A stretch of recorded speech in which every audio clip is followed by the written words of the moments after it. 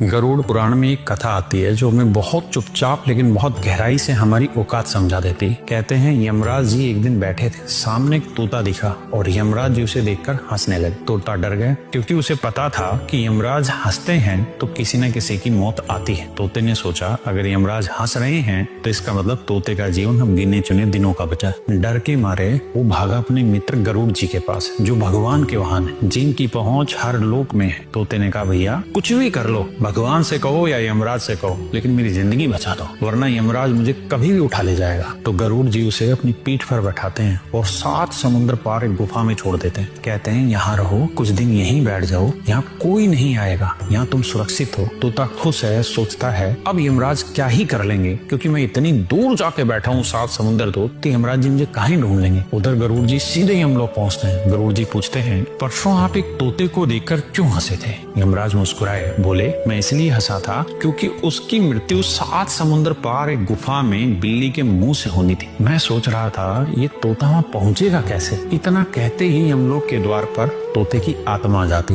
गरुड़ जी चौंक जाते हैं, ये कैसे? मैं तो उसे खुद छोड़ के आया था वहाँ। यमराज जी शांति से कहते हैं आप उसे बचाने ले गए थे, पर वही गुफा में बिल्ली उसका इंतजार कर रही थी। और यही है जीवन का सबसे कड़वा सच। आप कितने भी अच्छे हो, कितनी भी पहुंच लगा लो, कितना भी भाग दौड़ कर लो, जिस दिन आएगी उस दिन लेकर चली जाएगी। इसलिए जब कुछ गलत होता है तो ये मत पूछो मैं तो अच्छा इंसान हूँ, मेरे साथ ऐसा क्यों हुआ, बल्कि समझो शायद ये भी किसी पुरानी